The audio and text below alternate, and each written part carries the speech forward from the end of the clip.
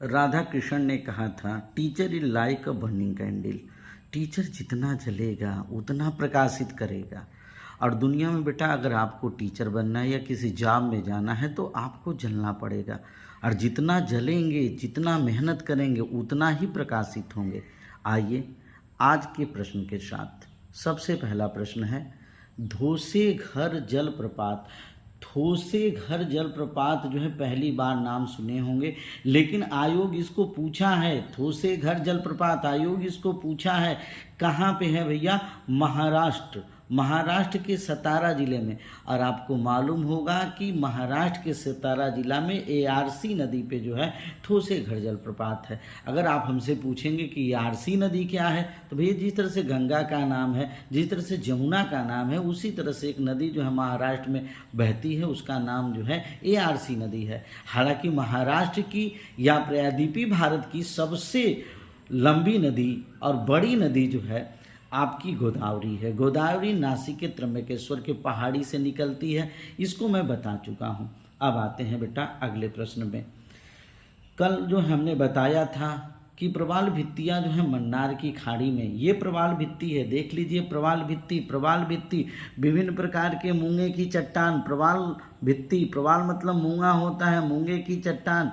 देखिए भिन्न भिन्न प्रकार के भिन्न भिन्न मूंगे हैं, एकदम आपके कंसेप्ट में हो जाना चाहिए। इस प्रकार की प्रवाल भित्तियाँ कल हमने बताई थी कि कहाँ पे है, तो हमने आपको बताया था तो कि लक्षद्वीप में है, और हमने आपको बताया था कि मन्नार की खाड़ी में है। लेकिन आइए देख लेते हैं आज भारत में मुख्य रूप से प्रवाल भित्तियाँ कहाँ कहाँ पाई जाती हैं। तो भारत में मुख्य रूप से प्रवाल भित्तियाँ अंडमान निकोबार द्वीप समूह में पाई जाती हैं, लक्षद्वीप में पाई जाती है, मन्नार की खाड़ी पे, पाक जल डमरू मध्य, कच्छ की खाड़ी में मुख्य रूप से प्रवाल भित्तियाँ पाई जाती हैं। भारत में मुख्य रूप से प्रवाल भित्तियाँ कहाँ कहाँ? अंडमान निकोबार द्वीप समूह, लक्षद्वीप, मन्नार की खाड़ी, पाक जल डमरू मध्य, कच्छ की खाड़ी में मुख्य रूप से प्रवाल भित्तियाँ पाई जाती हैं। आइए हम लोग देख लेते हैं। सबसे पहले अंडमान निकोबार द्वीप समूह। अंडमान निकोबार द्वीप समूह की राजधानी पोर्ट ब्लेयर, यहाँ पे प्रवाल भित्तियाँ पाई जाती हैं। दूसरे नंबर पे अगर हम देखें तो लक्षद्वीप, लक्षद्वीप की राजधानी कावरत्ती, यहाँ पे प्रवाल भित्तियाँ पाई जाती हैं। फिर उसके बाद तीसरे नंबर पे बेटा पाक जल डमरू मध्य, पाक जल संधि, यहाँ भारत और श्रीलंका के बीच में आप देख रहे हैं, यहाँ पे प्रवाल भित्तियाँ पाई जाती हैं। और भैया ये आपकी कच्छ की खाड़ी है, यहाँ पे प्रवाल भित्तियाँ पाई जाती हैं। तो इन जगहों पे प्रवाल भित्तियाँ मुख्य रूप से पाई जाती हैं। ठीक है, अब आते हैं अगला प्रश्न देख लेते हैं। विश्व की सबसे बड़ी प्रवाल भित्ति जो है कहाँ पाई जाती है? बहुत इंपॉर्टेंट क्वेश्चन है। विश्व की सबसे बड़ी प्रवाल भित्ति कहाँ पाई जाती है भैया? तो विश्व की सबसे बड़ी प्रवाल भित्ति कोरल सागर। कोरल सागर कहाँ है? ऑस्ट्रेलिया में, ग्रेट बैरियर रीफ। अब आइए यहाँ पे देख लीजिए, आपका ऑस्ट्रेलिया है। ऑस्ट्रेलिया एक महाद्वीप भी है, ऑस्ट्रेलिया एक देश भी है। और ऑस्ट्रेलिया में ये जो है ग्रेट बैरियर रीफ है, सबसे बड़ी मूंगे की चट्टान, सबसे बड़ी मूंगे की चट्टान ग्रेट बैरियर रीफ क्वींसलैंड के पास, यहाँ क्वींसलैंड है। ऑस्ट्रेलिया की राजधानी मेलबोर्न है। ऑस्ट्रेलिया को प्यासी भूमि का महाद्वीप कहा जाता है। ऑस्ट्रेलिया में आधी क्षेत्र पूरी तरह से जो है क्या रहता है, वहाँ पे पूरी तरह से प्यासी भूमि रहती है, रेगिस्तान की तरह से रहता है। ये जो है वेस्टर्न ऑस्ट्रेलिया, ऑस्ट्रेलिया में कोई भी ज्वालामुखी नहीं है। तो भैया यहाँ पे ग्रेट बैरियर रीफ आप लोग देख रहे होंगे, यहाँ पे प्रवाल भित्ति जो है पाई जाती है। अब बेटा अगला प्रश्न चलते हैं। प्रत्येक भवन में बारिश के पानी का संग्रहण होना आवश्यक है। भैया आप देख रहे हैं कि जल स्तर इस समय कितना कम हो रहा है। भूमिगत जल के स्तर में कमी न हो, इस नाते तमिलनाडु सरकार ने बहुत पहले ही ये बात लागू कर दी कि प्रत्येक भवन में बारिश के पानी का संग्रहण हो। अगर आपसे कभी भी पूछा जाता है तो आप तमिलनाडु पे, और तमिलनाडु जो है वृष्ट छाया प्रदेश के अंतर्गत आता है। तमिलनाडु वृष्ट छाया प्रदेश के अंतर्गत आता है। अब आके हम देख लेते हैं कि तमिलनाडु कहाँ है भैया। ये है आपका तमिलनाडु, ये आपका जो है पूर्वी घाट है, सॉरी ये आपका पूर्वी घाट है, ये पश्चिमी घाट है। पश्चिमी घाट पे बहुत ज़बरदस्त बरसात होती है। मानसून सबसे पहले केरल में आता है, इधर पूरी वृष्टि छाया प्रदेश हो जाता है। इस नाते भूमिगत जल की कमी न हो, यहाँ पे उतना बरसात नहीं होता है। यहाँ जाड़े की ऋतु में जो है बरसात, लौटते मानसून से यहाँ बरसात होती है। इस नाते तमिलनाडु में भूमिगत जल की कमी न हो, इसलिए वहाँ पानी के संग्रहण को किया गया है। अब आते हैं बेटा अगला जो है, कठोर सैलों के बीच भूजल का जमा होना क्या कहलाता है भाई। चाहे आपका छोटा नागपुर का पठार हो, या आपका झारखंड हो, या दक्षिण भारत के बहुत से ऐसी जगह है जहाँ पे कठोर सैलों के बीच भूजल पाया जाता है। नलकूपों द्वारा, हैंडपंपों के द्वारा जो है निकाला जाता है। और कठोर सैलों के बीच भूजल का जमा होना आयोग का बहुत महत्वपूर्ण प्रश्न है। इसको हम जलभृत कहते हैं। ठीक है, अब आते हैं बेटा अराकू घाटी, बहुत इंपॉर्टेंट है। अराकू घाटी कहाँ पाई जाती है? अराकू घाटी भारत के आंध्र प्रदेश में पाई जाती है। अराकू घाटी भारत के आंध्र प्रदेश में पूर्वी घाट पे। अब आइए भैया ये देख लेते हैं पूर्वी घाट। पूर्वी घाट में जो है ये आपका आंध्र प्रदेश है, तमिलनाडु है, उड़ीसा तक है। ये आपका पूर्वी घाट है। महाराष्ट्र, गोवा, कर्नाटक, केरल पश्चिमी घाट है।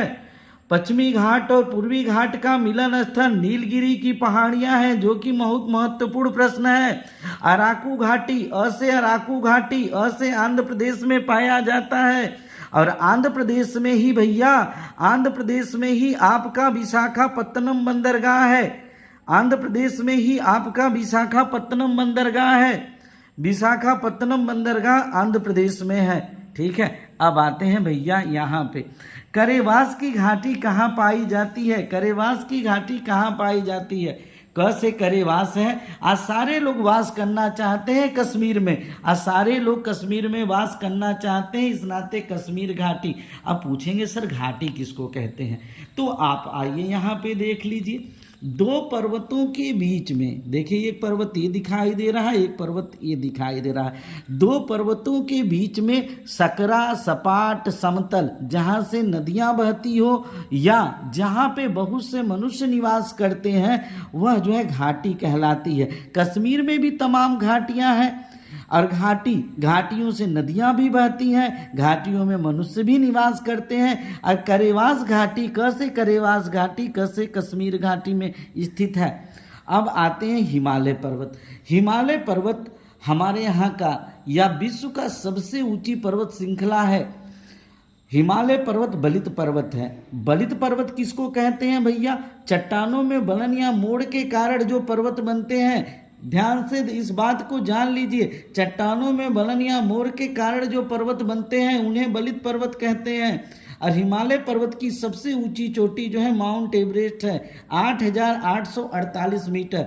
आइए देख लीजिए ये हिमालय पर्वत माउंट एवरेस्ट को अगर हम देखते हैं तो मुख्यतः यह नेपाल में स्थित है। ये हिमालय पर्वत जो हमारे देश का प्रहरी की तरह से रक्षा करता है। हमारे देश में हिमालय पर्वत के नाते ही हमारा देश मानसूनी देश कहा जाता है। मानसून से हमको अत्यधिक मात्रा में वर्षा प्राप्त होती है। तो एक बार आते हैं, जल्दी देख लेते हैं, थोसेघर जलप्रपात कहाँ है भैया? महाराष्ट्र के सतारा जिले में। भारत में मुख्य रूप से प्रवाल भित्तियाँ कहाँ हैं? अंडमान निकोबार द्वीप समूह, लक्षद्वीप, मन्नार की खाड़ी, पाक जलडमरू, मध्य कच्छ की खाड़ी में मुख्य रूप से प्रवाल भित्तियाँ पाई जाती हैं। विश्व की सबसे बड़ी प्रवाल भित्ति कोरल सागर में ग्रेट बैरियर रीफ ऑस्ट्रेलिया। प्रत्येक भवन में बारिश के पानी का संग्रहण हो, भूमिगत जल की कमी न हो, यह बात कहाँ की सरकार ने लागू किया? सबसे पहले तमिलनाडु।